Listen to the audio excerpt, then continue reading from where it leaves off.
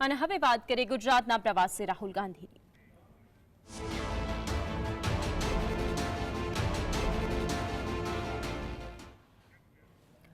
લોકસભા વિપક્ષના નેતા રાહુલ ગાંધી આજે ગુજરાતના પ્રવાસે આવી રહ્યા છે। લોકસભા વિપક્ષના નેતા બન્યા બાદ રાહુલ ગાંધી પહેલી વખત ગુજરાતની મુલાકાતે છે। રાજીવ ગાંધી ભવન ખાતે રાહુલ ગાંધી કોંગ્રેસ કાર્યકરો અને નેતાઓ સાથે તેઓ બેઠક કરશે। કોંગ્રેસ ભવનના પાર્કિંગમાં સભાનું આયોજન કરવામાં આવ્યું છે। અમદાવાદ કોંગ્રેસ ભવન બહાર થયેલા હુમલામાં પોલીસ કસ્ટડીમાં રહેલા કોંગ્રેસ કાર્યકર્તાઓ સાથે તેઓ મુલાકાત કરશે। રાહુલ ગાંધી જગન્નાથ મંદિરની મુલાકાત લે તેવી સંભાવના છે। આ ઉપરાંત રાહુલ ગાંધી રાજકોટ ગેમ ઝોન, મોરબી ઝૂલતા બ્રિજ દુર્ઘટના, હરણી બોટ દુર્ઘટના અને સુરત તક્ષશિલા કાંડના પીડિત પરિવારો સાથે પણ મુલાકાત કરશે।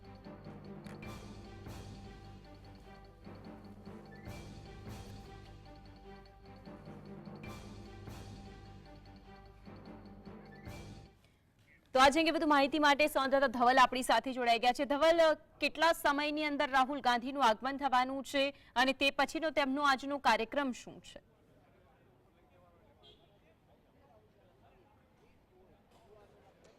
જી ચોક્કસથી ભક્તિ વાત કરવામાં આવે તો રાહુલ ગાંધીનું આગમન છે તે અમદાવાદના જીએ ટર્મિનલ ઉપર બપોરે 1 વાગ્યાની આસપાસ થશે અને 1 વાગે ત્યાં પહોંચ્યા બાદ તરત જ રાહુલ ગાંધી જે છે તે પહોંચી જશે વાસણા પોલીસ સ્ટેશન, જ્યાં જે કાર્યકર્તાઓની ધરપકડ કરવામાં આવી હતી તે કાર્યકર્તાઓને ત્યાં રાખવામાં આવશે। અને બીજી બાજુ અત્યારે હાલ જે દ્રશ્યો તમે જોઈ રહ્યા છો કે જે પોલીસ છાવણીમાં ફેરવી દેવામાં આવ્યું છે, જે સમગ્ર પોલીસ કોર્ડન કરી દેવામાં આવ્યું છે કોંગ્રેસ ભવનમાં। ત્યાં રેપિડ એક્શન ફોર્સ છે, બીએસએફ છે, તે તમામે તમામ સુરક્ષા એજન્સીઓને અહીંયા ઉતારી દેવામાં આવી છે। ગુજરાત પોલીસ પણ સતર્ક થઈ ચૂકી છે। જે પ્રમાણે ગઈકાલે વાત કરવામાં આવે તો બજરંગ દળ અને વિશ્વ હિન્દુ પરિષદ દ્વારા કહેવામાં આવ્યું હતું કે રાહુલ ગાંધીનો પણ વિરોધ કરવામાં આવશે, તેને જ લઈને પોલીસ સતર્ક થઈ ચૂકી છે। અને બીજી બાજુ અત્યારે હાલ એક સમાચાર એવા મળી રહ્યા છે કે રાહુલ ગાંધી વાસણા પોલીસ સ્ટેશન ખાતે જે કાર્યકર્તાઓની ધરપકડ કરવામાં આવી છે તે કાર્યકર્તાઓને મળવા જાય તે પહેલા જ કાર્યકર્તાઓને અત્યારે હાલ મેટ્રોપોલિટન કોર્ટની અંદર લાવી દેવામાં આવ્યા છે, એટલે કે મેટ્રોપોલિટન કોર્ટની અંદર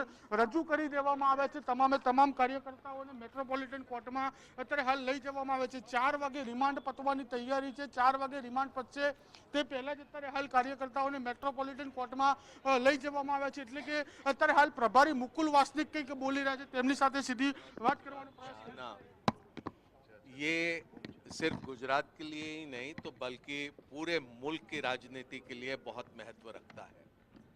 एक तरफ में प्यार का संदेश लेकर, मोहब्बत का संदेश लेकर राहुल गांधी जी ने पूरे हिंदुस्तान को फिर एक साथ मजबूत बनाने का संकल्प लेकर अपने प्रयास शुरू किए, तो दूसरी तरफ नफरत और द्वेष की राजनीति लेकर जिस तरह की राजनीति भारतीय जनता पार्टी कर रही है उसके खिलाफ में राहुल गांधी जी का यहाँ पर अहमदाबाद में आना बहुत महत्व रखता है।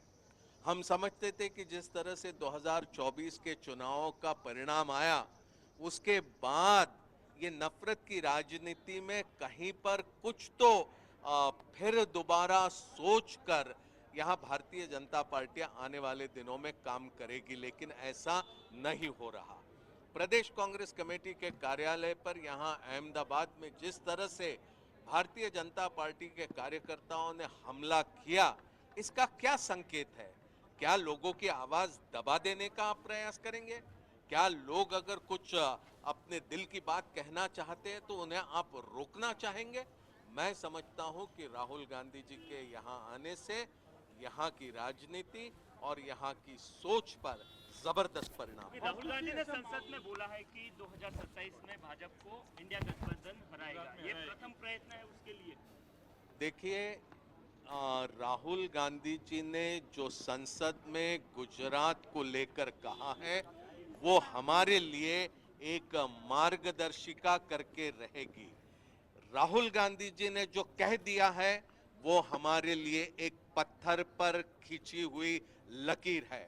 कांग्रेस का हर कार्यकर्ता, हमारे गठबंधन का हर कार्यकर्ता और नेता अपनी जान की बाजी लगा देगा और जो राहुल गांधी जी ने कहा है उसे हम सच करके दिखाएंगे। ये तय माना जाए मुकुल जी, ये तय माना जाए कि જી ચોક્કસથી મુકુલ વાસ્તિક જે પ્રમાણે કહી રહ્યા છે કે ગુજરાતની અંદર જે પ્રમાણે રાહુલ ગાંધીએ નિવેદન આપ્યું છે કે ભાજપની સરકાર જઈ રહી છે અને રાહુલ ગાંધી સાથે કોંગ્રેસ જે છે તે સરકાર બનાવી રહી છે. કોંગ્રેસ પ્રવક્તા મનીષભાઈ છે, મનીષભાઈ અત્યારથી જ હાલ આરો જે કાર્યકર્તાઓની ધરપકડ કરવામાં આવી છે તે કાર્યકર્તાઓને પોલીસ સ્ટેશનથી સીધા કોર્ટમાં લઈ જઈને મૂક બેસાડી દેવામાં, શું કહી રહ્યા છે? નિશ્ચિતપણે ભાજપા સરકારના હિસાબે પોલીસ તંત્ર એક પછી એક જે કામગીરી કરી રહ્યા આપણે છેલ્લા 5 દિવસથી જોઈ રહ્યા છીએ. ભૂતકાળમાં પણ પોલીસનો રવૈયો હંમેશા એ પ્રકારનો રહ્યો કે સરકારના હિસાબે ખોટી રીતે કોંગ્રેસના કાર્યકરોને હેરાન કરવાનો, સામાન્ય જનતાને હેરાન કરવાનો, ટીઆરપી ગેમ ઝોનના પીડિતોને પણ હેરાન કરવાનું પોલીસ તંત્રે કાંઈ બાકી નથી. એવા સંજોગોની અંદર જે 4 વાગે રજૂ કરવાના હતા પણ રાહુલજી એમને ન મળી શકે, જે ભોગ બન્યા છે એ કાર્યકર્તાઓને એમની લાગણીને વાચા આપવાના, જોમ જુસ્સોને મજબૂતી આપવા માટેના સંદેશ માટે રાહુલજી જવાના હતા. મને એમ લાગે આ દેશના એકમાત્ર એવા નેતા છે કે જેને કાર્યકર્તાની દિલથી ચિંતા કરી છે, પણ કમનસીબે સરકારના હિસાબે પોલીસ તંત્ર જે 4 વાગે રજૂ કરવાના એને વહેલા જઈને કોર્ટમાં બેસાડ્યા. મને એમ લાગે છે આ કંઈ ને કંઈ ચિંતાનો વિષય છે, પણ એ ગમે એવા હથકંડા આપનાર, ગમે તેવી કારનામા કરે પણ અંતે સત્યનો વિજય થશે.